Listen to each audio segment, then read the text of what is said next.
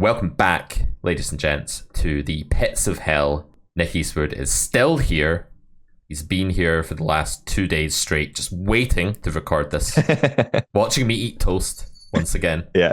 That's what happened last time. If you haven't seen part 1 of me speed reviewing Easty's Downswing, definitely go back and watch it. It is the most recent video on this channel. And we actually did a little bit on your own channel before this. We reviewed 25 hands that were played prior to this. And you described it, Nick, as a sort of imminent meltdown. You've been promising me that you're about to start playing terribly, and I've not seen it yet. In the last episode of this video, you didn't play that badly. So when is the pain coming? I want to see you embarrass yourself, mate. I'm going to come good. Don't worry.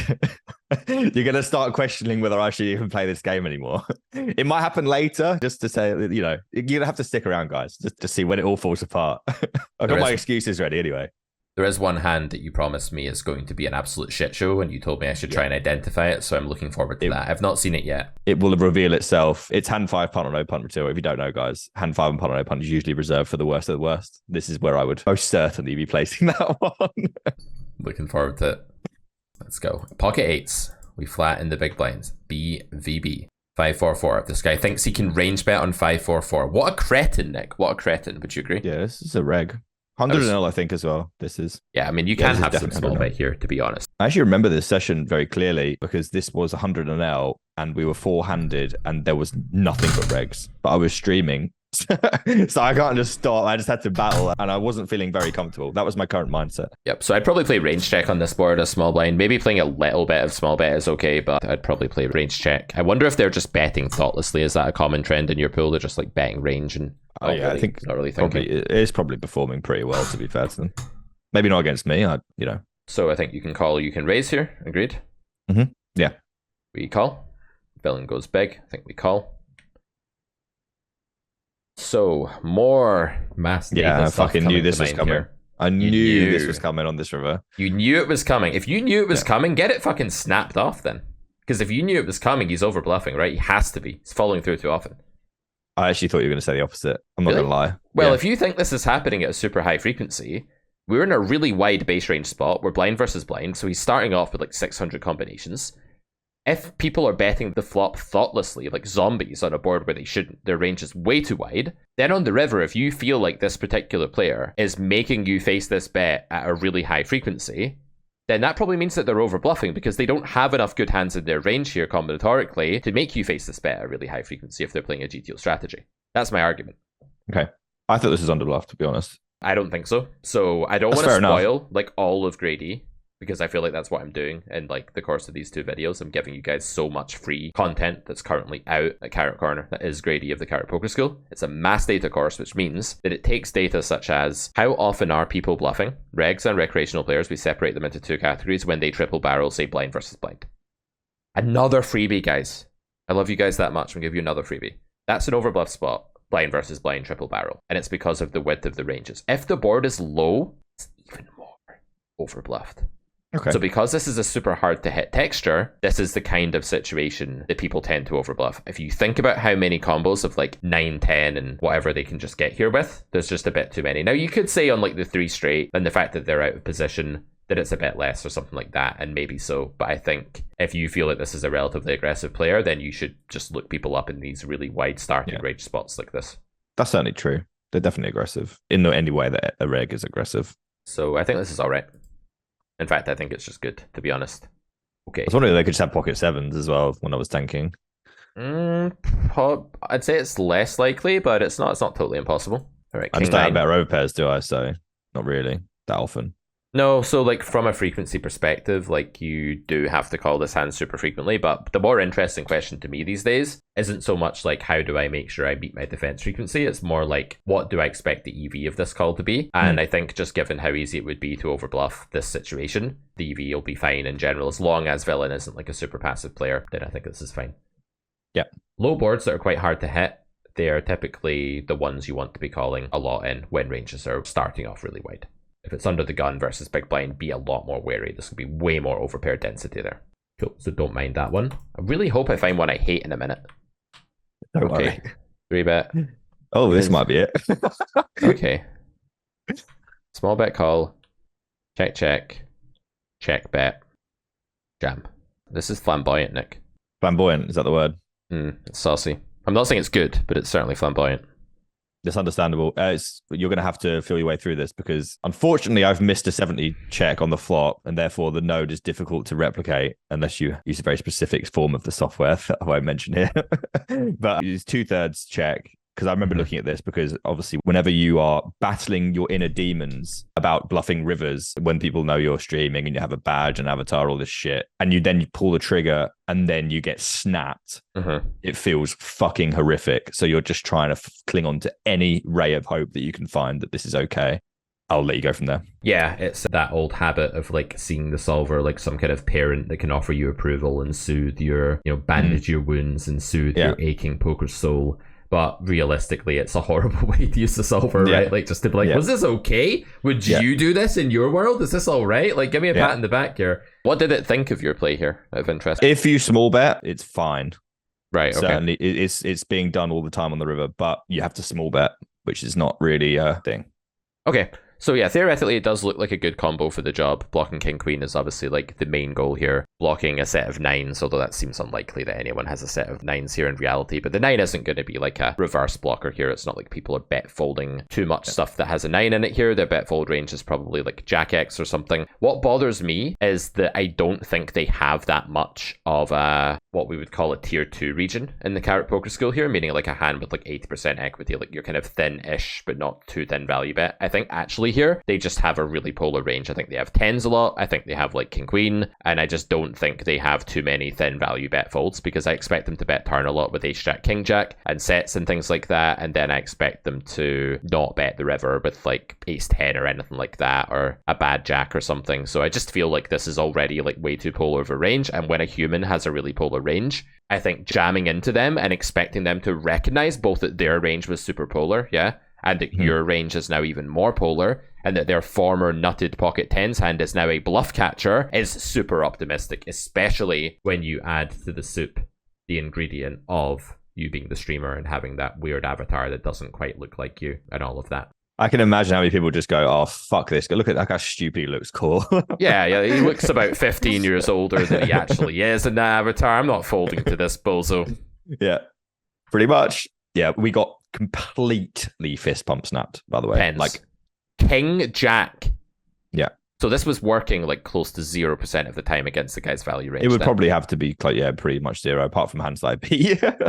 Yeah. See, without that dynamic, this is already really sketchy because we're like hoping villain is value betting thin enough and then realizing that 2-pair is like a bluff catcher and needs to be mixed into fold. Like we're already needing that to be true to make this play. And then when you add the ingredient of like all this dynamic shit that's going on and like you being the streamer, I think it just becomes horrible. I'm going to give this one a horrible stamp for the first time in this hand review process.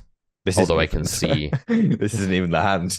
This isn't even the really bad one. Yeah, I mean, the thing is, this is a theory-approved spot, and it feels like you should be able to do something fancy that the solver does. But again, we said this last time.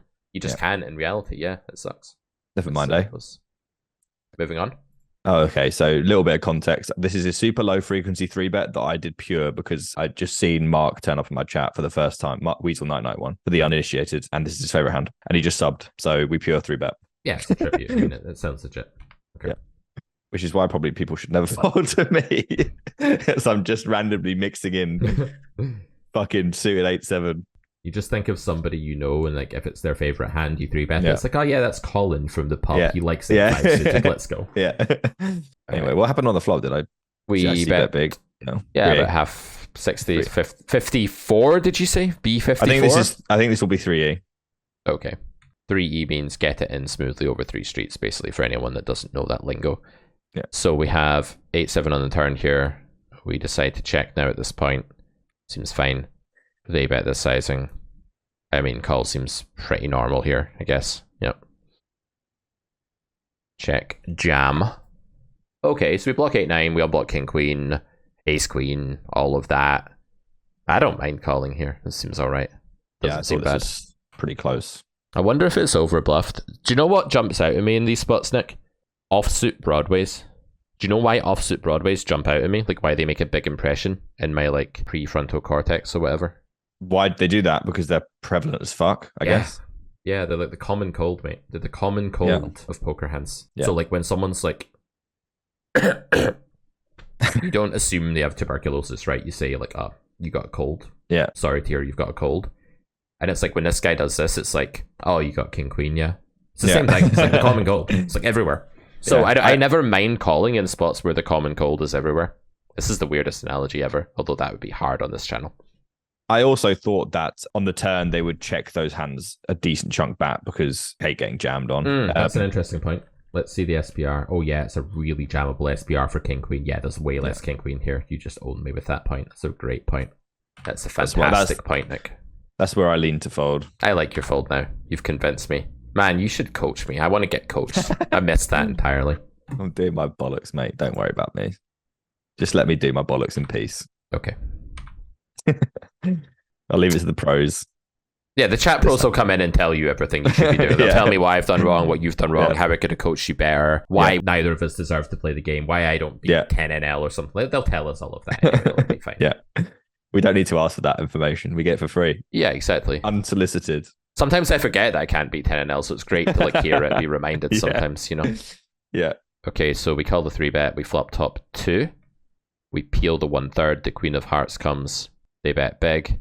Triple Broadway is a horrible data point, as you guys can imagine. It's one of the ones that really brings down how well we're doing. But we call because we have Ace-Jack and we have value beater stuff going on. And oh god, the Queen of Spades. Yeah, I mean, it just has to be so underbluffed. Yeah, I mean, this is just a fold, right? I mean, we're just dead. Yeah. You have to let go of the ace jack deuce flop in your heart. It still yearns for it. It's still there. Like the fact that you did have top 2, although it's not logically true, still has like this psychological, emotional impression, right? And we need to like see that for what it is. And we need to call bullshit on that. So sometimes it's good in a spot like this to be able to rub your eyes for a minute, see the world in full clarity and say, I am caring about the fact that I have Ace-Jack as opposed to like Ace-5. I'm actually caring about that right now. And so you should, right, in GTO, because you do block Jacks full and you do block Queen-Jack and stuff like that. So yeah, it's great that you have a Jack, and his hand will not fold in GTO, probably, because of that. But I don't block Queen-Jack. Or you don't, because the Queen of Spades is in the river. Stop correcting me, Nick. You're the student here. I'm the coach. I was just thinking, because I was thinking while you were talking, I was thinking I'd just rather have Ace-Jack of clubs. If I'm ever going to call Ace-Jack, I'll just have Ace-Jack of clubs. Or just an Ace-Jack off. I can have Ace-Jack off as well. Yeah. I think so. So the spade one isn't actually particularly great, but it's still good to block pocket jacks, I guess. Yeah, I just couldn't think of any reason to call. No, I mean, if we think that this is grossly underbluffed, then the best bluff catcher in the world can go in the bin. Yeah, I think it has to be underbluffed. Like people have to follow through like 10-9 here. I agree. And also, it's not appetizing. So again, like how many combos are there? Again, the carrot corner litmus test, we talked about this in the last episode. How many combos are there that get here that lack the showdown value that they could conceivably bluff? And then how big is the cognitive resistance to making those bluffs? And I think the answer here is that there aren't that many combos. And it's not the most appealing spot because the queen paired and you have a bunch of queens and people don't love bluffing this spot. So I think this is a clear fold, even though you have one of the best bluff catchers around. I still think it's a fold. Yeah. Cool. Good job. You're really good at making folds while downswinging. Like, see my students? They're all terrible at poker. No, I'm just kidding.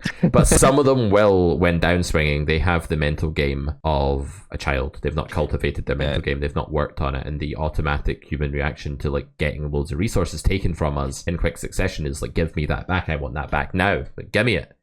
Yeah. And you're doing a great job of saying, yeah, downswing. Keep taking my money. I'm not going to make it any worse, and I'm not going to give you any more of my money than you deserve. I think you're doing a good job of that so far, for the most part. I can make it worse. It's just calling is not really where I exhibit my frustration. It's more in elaborate, ridiculous lines. Yes, you need to cut back on them. They are even more costly than making bad calls would be. Yeah. But you're doing a great job of making good folds, so we'll say that. Yeah. Yep. Okay. So we call here, hijack, small blind, jack 7-7. Tight reg. Okay, call the c-bet, 6 turn, call the turn. If it's a tight reg, I mean, this has got to be just a call in GTO, I think. But how tight are we talking, Mr. Chips? Well, I didn't know at this point, but there's one of those people that has been hidden behind their screen name for a couple of months and has been watching every single hand I've played. I didn't know that at this point. And then they recently revealed themselves because they thought they were really smart after they re-ISO'd MP versus Under the Gun with 8-5 of spades and then tripled off with 0 equity. So we've now learned that this probably isn't a fold, but at the time I didn't know. Okay. I would call here if I didn't know what was going on. And then if I have some read that they're really tight or something, I would fold. But I normally wouldn't fold this spot. Oh, actually, even more shameless than that, the reveal. They won a ticket on my site and they had to give them their screen name and their Twitch wish. They said, oh, I don't know, this is worth a $16.50 ticket to reveal who I am. I was like, you shameless bastard. See, when I hear these stories, right, from your Twitch stream, it makes me so glad that I'm not, like, there. No offense, right? Because I like watching you. You're a really entertaining streamer. But, like, to be involved in that, it would be like being out and, like, you know when the nightclubs get out at like 3 a.m. and people are like spilling doner kebabs all over themselves and stuff on the street and like shout. It has that kind of vibe to it, just like the depravity of that, you know? Yeah. I'll just let them have it. Move along. Absolutely. Well, I had a little rant when I found out who they were, but whatever. It's part of your gimmick, though. I think if I was in that situation, my rage would go from like comical streamer, good-hearted rage to like actual genuine disdain, and it would be kind of awkward for everyone. Yeah, you have to be careful these days. Mm-hmm. Oh, what am I going to do here? This is 3E. Okay. Yep. So again, it's one of these spots where if you are against someone who jams a lot, no, this is not one of those people. Then you need to be careful with these sizes. But okay, and then we actually give this one up. I shouldn't actually spoil that, but okay. So the 10 of clubs blocks ace 10 of clubs and king 10 of clubs folds. So it's definitely got some negative blocker property. You do also block jack 10 though, which is okay. Yeah, neutral. Kind of neutral, yeah, kind of neutral blocker hand. Yeah, probably like an optional shove here. With the ace of clubs, I think it's a pure give up, but probably an optional jam here in theory. I don't mind going for this spot and shoving at all. I don't hate giving up either. I think this one's pretty close. I think this is a type player that filtered twice, so I decided to give up with. Yeah, but there's a lot of pair plus draw that they filter twice with. They can have 7s, 10s, jack 10, 10, 9. So whenever there's pair plus draw, type player might actually overfold river after filtering twice. Especially if you're the type player that when it's double flush draw, can't resist, but to jam their sort of nutted region on the turn. The read was that was absolutely not true, and then I get shown that it was a good read. When they fist pump check back the river with the nuts. Well, not the nuts, but the nuts, if you know what I mean. Yeah, I mean, that might be... I mean if you're going to shove the turn with stuff, it's going to be this, isn't it? They're just too scared. Yeah, definitely. They're just not pulling the trigger on those. This is the turn jam. I'm really impressed with your theory these days. It's so much better. You've definitely been in the lab a bit. Not as much as I should have been, but... Well... No credit until you've seen the disaster class. Okay. Jack 6-3 mono. We have called a 3-bet here. We face small. We call small. We turn a set. They go big. Can you slow play that? You can definitely raise this spot. Can you also slow play this spot? Probably. Yep. I mean, okay. Carrot corner litmus test. How many natural hands that have low enough showdown value to conceivably be bluffed are there? Literally 0. King queen of hearts, king queen of clubs, king 10. No way. No way. No? Well, 2/3 pot on the turn. You don't need a diamond to 2/3 pot the turn. You might not need a diamond, but people aren't finding them, I don't think. Fair enough. So in that case, hardly any. And then what is the level of cognitive resistance to bluffing for this sizing when you have no diamond? Enormous, I would imagine. Enormous. So we can't bluff with a diamond, so people have to find on the 4 flushes. They're supposed to find on the turn.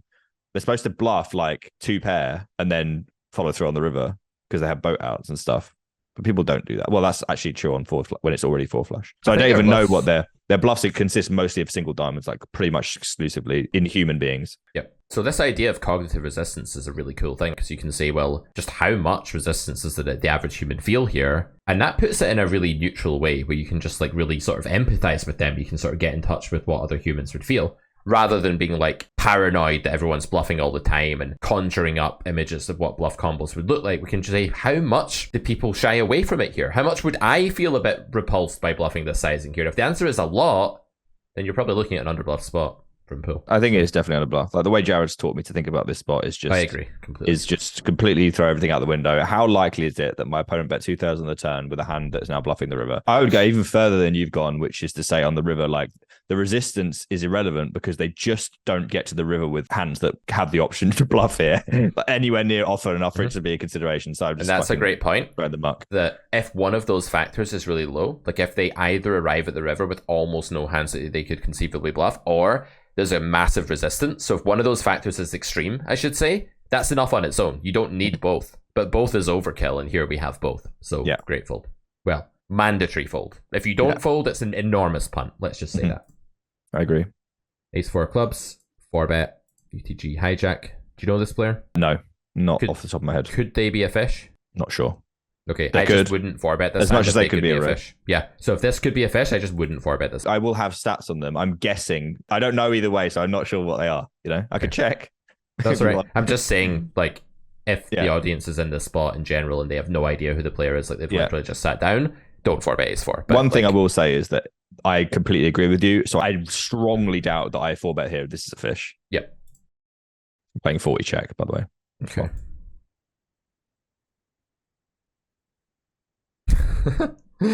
Oh, the little 10th pot. Okay, yeah. Is this too thin for 10th pot? Not a clue. I have no idea. Maybe. I'm literally targeting, well, not targeting, but sorry. I'm literally just saying you just have a bunch of ace highs that are going to be like, oh, for fuck's sake, it's only 7 big blinds. I think they have an abundance of ace high. And they do have a lot of pairs, but also then there's going to be situations where I have to probably do a lot of check calling as well. I just think this just performs really well. Yeah, I think it's okay. 6-5. I mean, the downside is that there are some hands like 7s or 6-5 or whatever that you lose extra against that you don't have to when you take this line. But then the upside is if they have ace queen, then they make crying calls, or ace king even. Because it's so early, they have... No? Yeah, probably. I don't know that they will, though. So sometimes you'll just save a bit of money. I think they should in theory. Yeah, absolutely. Well, if I'm 10% ace 4, then they definitely have to bet if I check. Yeah, I think your range is just almost exclusively like unpaired stuff in GTO when you check river here, apart from like some aces, traps and stuff. So they probably do have to bet any pair. But I do think I see the spot go check a hell of a lot. So that's one objection exploitatively, I guess. But yeah, I think it's okay. All right, ace king. Well, nice one. Yeah, then that's the end of ace king. Good job. Yep, nice hand. Well played. You want to cut that or not? No. Of course not. It's comedy entertainment. This is why people are here, Nick. They need this. What is this? 3-bet pot blind blind? Yeah. Yep. Okay. Big bet call. Big bet min raise. Oh man. Oh my god, the min raise. I just was like, I'm sure I lose, but it's so difficult to actually be losing here. It's so hard. It's one of these spots where it's like there are 0 combos of bluffs and 1 combo of value. Therefore, I lose 100% of the time. Okay, not quite, but it's one of these spots. Yeah, I mean, we lose to like... Sometimes fish call the flop with 6s here, you know? They do weird stuff like that. So I could see them having 6s. Possible. I could see them having ace 9, ace 6, ace 4 sometimes. And I can see them having ace queen. Ace queen as well, yeah, could be a thing here. So it's just a shit spot and it's close. I agree. I don't think there's much wrong with getting in here, but definitely sucks a lot. Not much to say about that one. I think that's the kind of boring, close hand that you could lose your mind thinking about for too long. It's really not where the EV is. You know, you can be confused about a spot because it's close and you're just torn between 2 options that are close, in which case just move on. Or you can be like totally lost and have no idea how to figure out the spot. I don't think it's the latter there for you, so let's move on. Under the gun cutoff, we call a 3-bet. They have pot flop, we call.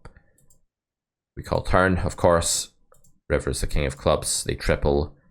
I'd fold. Like, these positions are not friendly data points for you.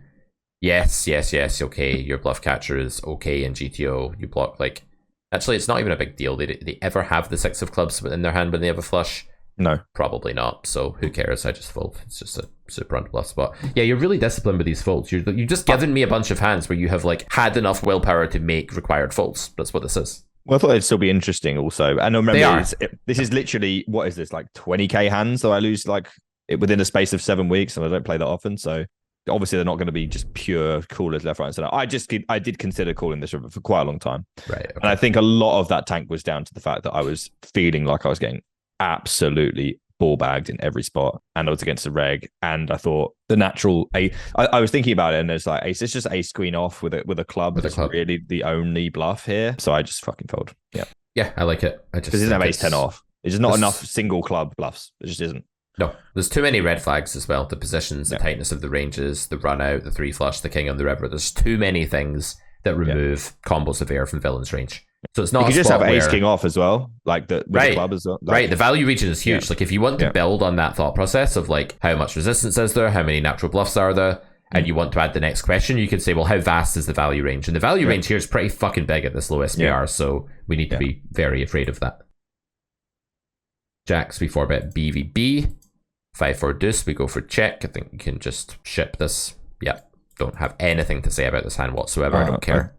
I wasn't sure whether you would want to ship the turn or the flop, sorry, or whether we would play checks on flop.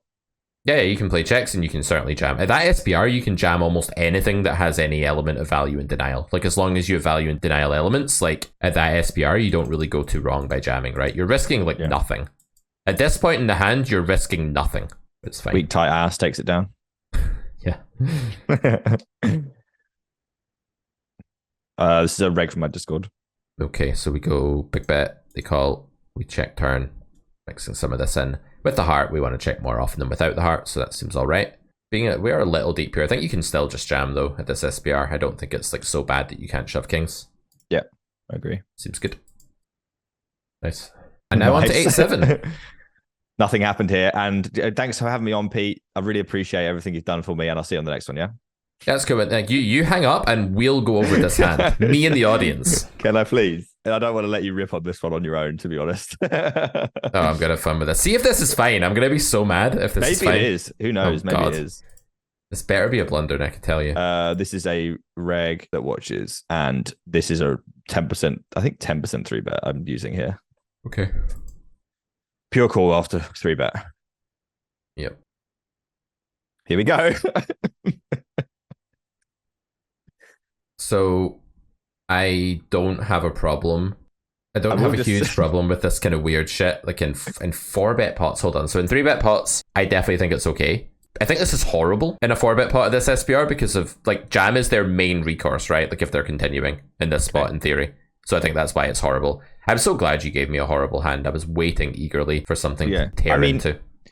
I will say a few things. One is that, but the people I study with, this is called, but we've named it after somebody who does this a lot, brings a lot of hands to review where he's just doing this and running people over. I just thought it was a really cool spot to try. I just thought it was a cool spot to try it in because apparently I've got a little bit too much equity. I need to use something worse. That's where it's come from. Yep. Just keep going. I think if you have like Jack 10 of spades or something, it makes some sense. I think here, like, call is too good. You hit the nail on the head, call is too good, and you're reopening, so you can't do it. Yep. Okay. Jesus Christ. Okay, what would I do here? Okay, so as played, what the hell is villain doing? Is villain, like, not aware that they need to jam top pair and over pairs here really often? I guess they're just not aware. I feel like flop is overfolded, which is why your buddy probably runs people over all the time with this play. And I feel like, therefore, this is now underfolded, and I want to realize equity. Yeah, I would check the turn. I would certainly check the turn here. Well, they have ace-king without a doubt, pure. Without a doubt. But that's not going to fold, I don't... Well, maybe it calls turn, folds river sometimes. Maybe. It's definitely not folding flop, and it's definitely, almost certainly not folding the turn, I would say.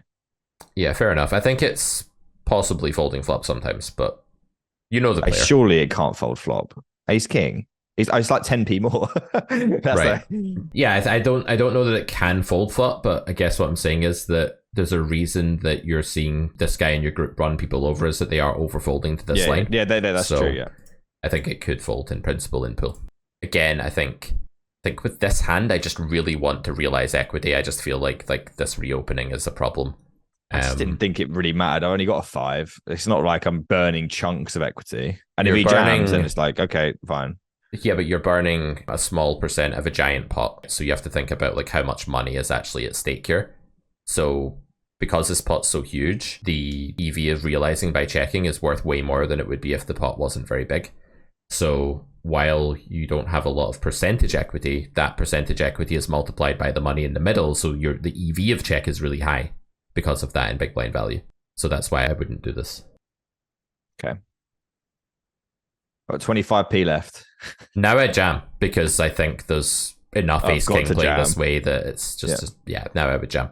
But yeah, flop and turn I'm not a big fan of. But yeah, I think as played, like, you'll probably get the 25% fold equity that you need on the river as long as there's enough ace king and stuff, and maybe ace 10 of spades or ace 10 of clubs or whatever reaching this node, or king 10 of clubs or something. Some people like just think you're never bluffing and play completely like chasey fit or fold implied oddsy with their draws there. And if that's happening, like villains just like chasing draws and not jamming, but they are jamming like all of their overpairs and sets and stuff, you could be doing really well with that river bet actually. They told me actually that they would definitely have shoved the turn with kings, and they only slow played the turn because they had aces with a club, and they would always have ace king in this line. So I felt really good about that. But I hated the fact that I thought obviously they had to have this at the peak of a downswing. But what can you do? Once we've embarked on it, I'm all for the river shove. But yeah, fun hand. All right, that was really fun, Nick. I do think that you played all right through the downswing. Like, you have to understand that I coach people day in, day out. And one of the main things I deal with is people's game disintegrating entirely. It's very normal for students to go from B game to E game or F game within the space of like a week or two of running bad. So while there's a few maybe mistakes in here, and like while I'm not a fan of this hand, I do think like for the most part you have folded really reliably and in a disciplined way while running bad. And that's one of the hardest things to actually get right as a poker player, is like, can you fold repeatedly when asked to by the game in the face of a downswing when you held it together. So yeah, it's fun. Cheers, man. Thanks a lot for your time. I really appreciate going over the hands. Obviously super helpful to have you looking over them for me and making sure we're on the right track. And hopefully now we are pushing on towards some sort of semblance of recovery. So we'll Absolutely. See. Yeah. Do you want to give a quick shout out to your own channel? We'll put a link obviously to the first 25 hands that we reviewed on your channel, but anything you want to mention that's going on with you? Yeah, just my YouTube channel, Nick Eastwood. Loads of different content on there, poker related, some fun stuff, some educational stuff, some Pete Clark stuff for Pete Clark fans. And my Twitch, my Twitch stream, Easty22 as well. Thanks a lot, bud.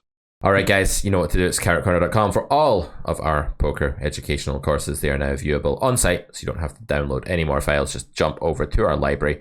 Start watching today as soon as you've made your purchase, and we'll see you back here for another YouTube video very soon on Carrot Corner Poker Education. Bye for now.